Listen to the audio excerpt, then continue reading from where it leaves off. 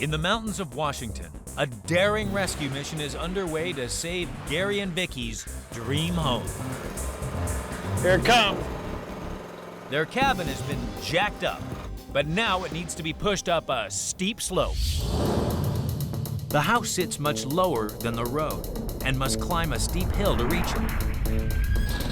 If they try towing the house up the slope on wheels, the extra weight at the back of the house could be too much. So Dell has another idea. Jack the house up 6 feet so it's the same level as the road, then slide it to the street on steel beams. This won't be easy. It's high off the ground and a long way to the road. But once there, they can start the journey through the thick forest. We do have a pretty gnarly slope there we're contending with. If we get tipping too far over on that heavy side, then our center of gravity goes extremely high and we're right there at a balance point, which gets rather dangerous. The team raise the house and position slide beams underneath. If they're not perfectly level, the house could topple. All right. Where do we need to be? You want me to fine tune anything? No, we're good. Now we're gonna put them in. They roll skates under the house. This is gonna be the world's biggest slip and slide. Your guides should be all set. Homeowners Gary and Vicky come to watch. They're nervous. I don't know what to think. It's up in the air, it's gotta go someplace now. I just hope it goes this way and not that way. Obviously, if it's level, it should roll the way they want it to go, but I don't know that there's anything stopping it from going out the other side. With the beams and skates in place, they're ready to go. We'll grab it with the machine and we'll roll it off here. With the house safely set up to roll, Dell hands the start button to Vicky. She's gonna get the honor of pressing go on her own rescue roll. Okay, I'm gonna do it on 3. 1, 2, Oh, go ahead. 3. You're all right, dear. Here it comes. It's coming right at you, Vicky.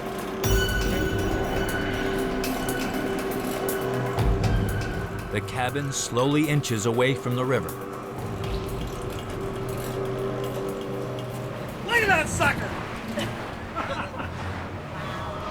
That was unbelievable. I just can't believe what I just saw. That was nuts. Actually, I would have been much happier if Dell would have done it himself instead of having to rely on a woman to move the house. But I totally understand that. This was safe. Everything worked good. And the homeowner got to play with the toys. The team make their final checks and hook the cabin to 2 tow trucks. A remote control helps Jeff steer the wheels under the house. But a major obstacle stops them in their tracks. We gotta get around that power pole up the hill.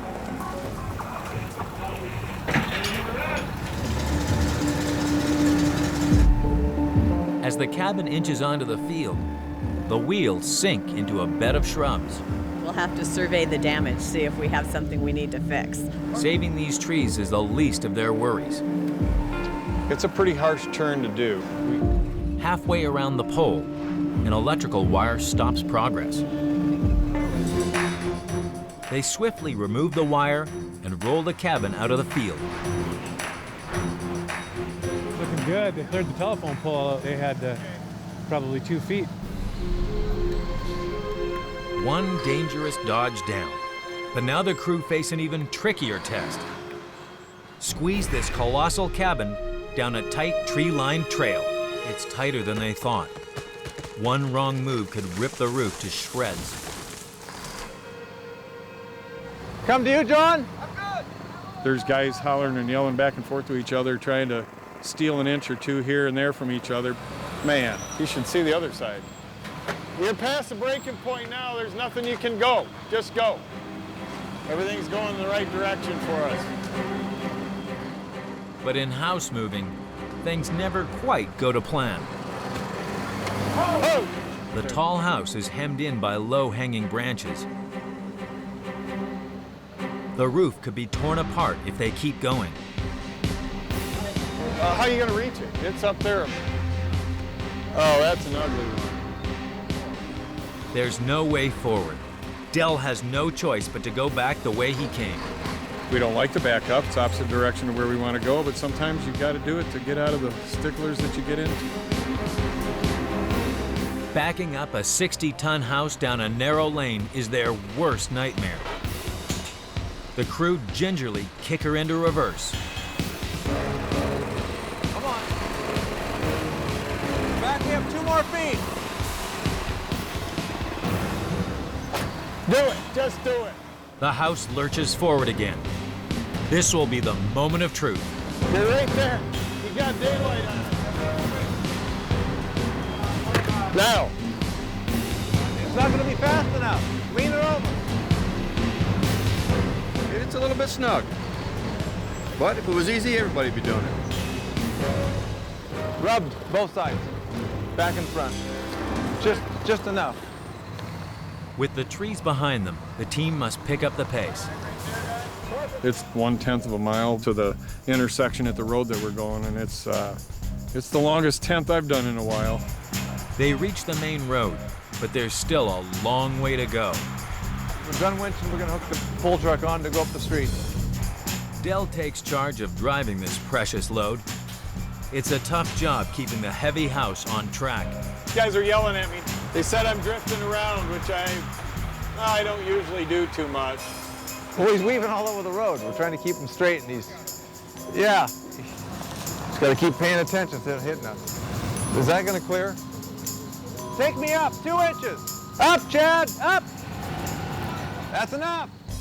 But these forest-lined roads are about to look like a walk in the park. But the team face sandy soil and a steep slope before their work is done. Winch trucks drag the house across the field. Yeah, anytime you're ready. Easy, easy. Bring it around. Suddenly, the wheel starts sinking into the dirt. You got it. Hold up. Oh, oh. Well, the ground is extremely soft up in this rampway. It's like opening a bag of flour up, trying to drive in over 2-3 feet deep of it. It's pretty powdery stuff, so. They need to act fast to stop the 60-ton cabin sinking any further. There we go. Sweet. The cabin finally reaches the drop zone, where it will wait until the basement is built underneath.